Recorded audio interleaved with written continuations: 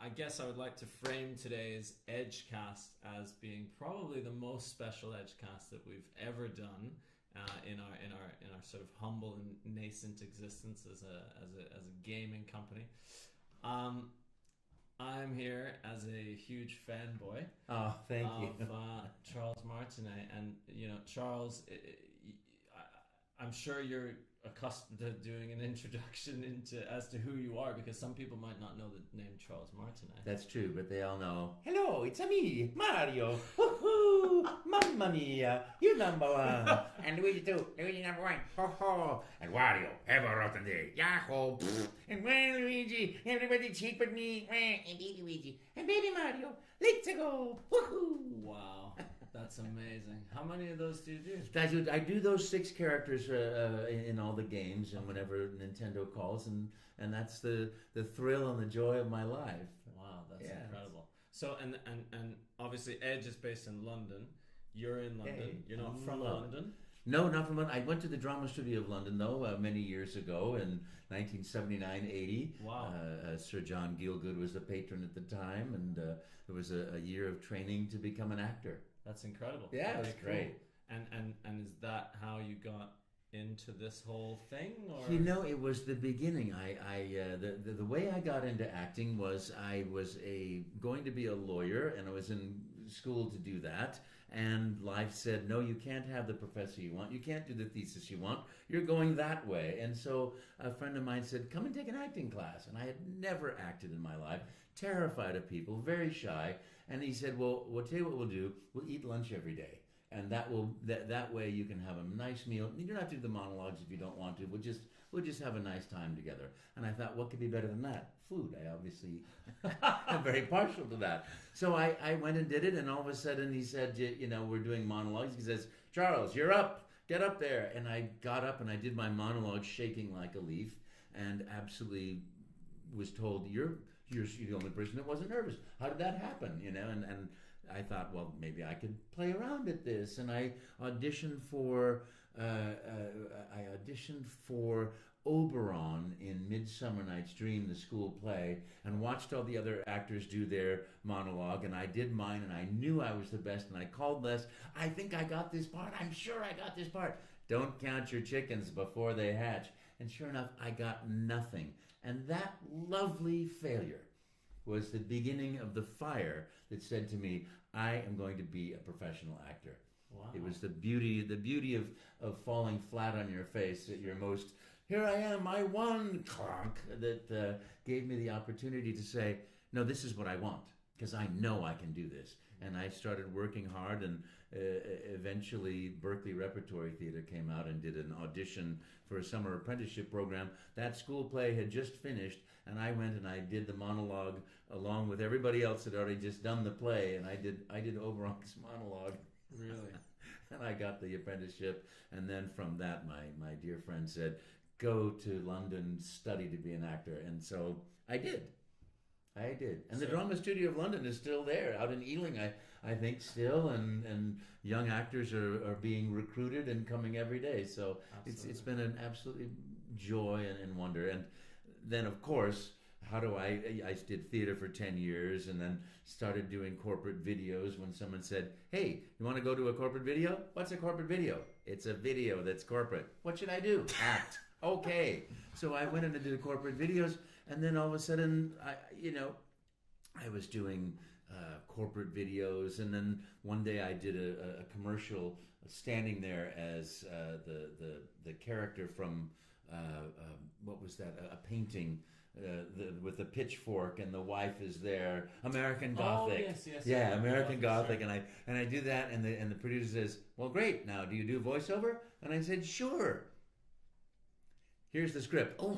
Yes, here's the script. Orchard Supply Hardware, the right item at the right price, right now. Great, I'm a voice actor because I got more money to do that than I did for the rest of the day. Sure.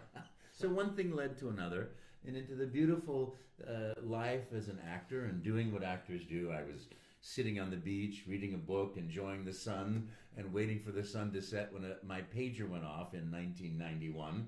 We had pagers back then. And I ran to the phone and I off the beach. And I said, "Hey, want to go to dinner?" No. You got to go to this audition. It's for a trade show in Las Vegas, and I'm going to do the show. You got to go. I said, "There's no way I could ever crash an audition. I'm a professional actor. Where do I go?"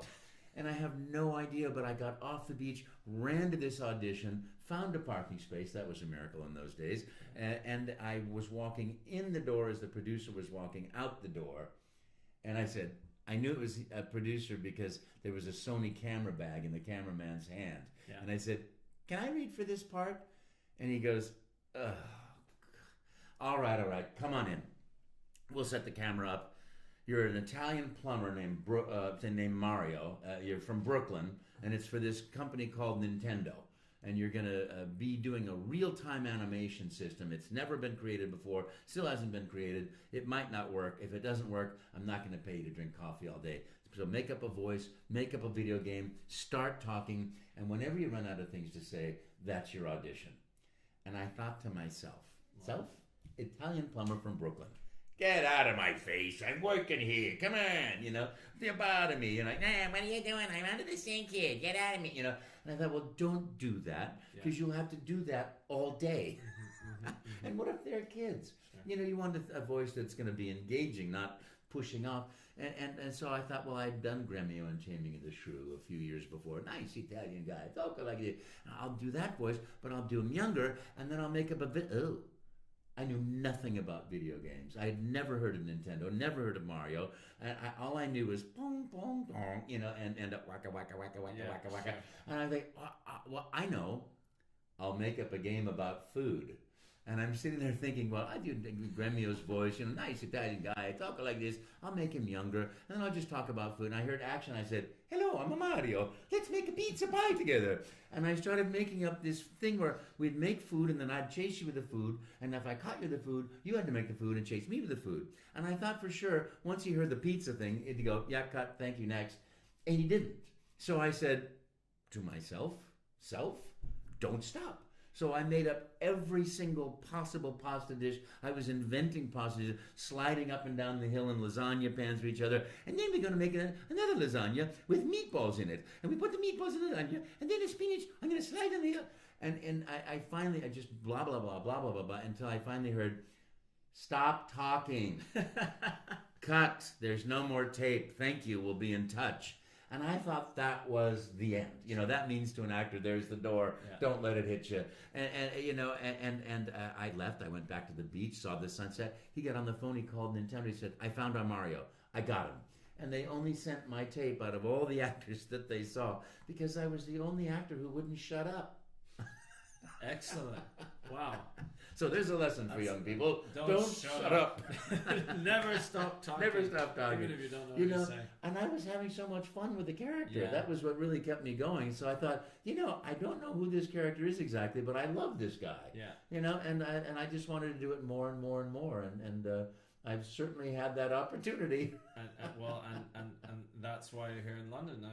It Maybe is. You want to show May I? everyone at home. I was so tremendously honored to receive a Guinness World Record for the most video game voiceover performances as the same character, 100 of them achieved by Charles Martinet as Mario on December 7th, 2018, upon the release of Super Smash Bros. Ultimate for Nintendo Switch, which is such a brilliant game. Yes. What a great game to have a celebration for. Sure, fantastic. And do you game? Do you play? Yes. Usually the extent of my gaming, I play, yes. Yeah. Just not very well. Okay. I can always find out the princess is not in this castle. Yeah. Yeah. Sure. Okay, fair enough. But you needed a couple of extra lives to do I need a couple lives to do that. Yeah, okay. yeah. Although I will tell you, I was once on, I think it was Dutch television, and they said, "Are you a gamer?" And I said, "Yes, I am." And they said, "Well, prove it." And they pulled out Mario Galaxy, and it had just come out. And luckily, I had just played it at E3, and I had to get through a level without wah.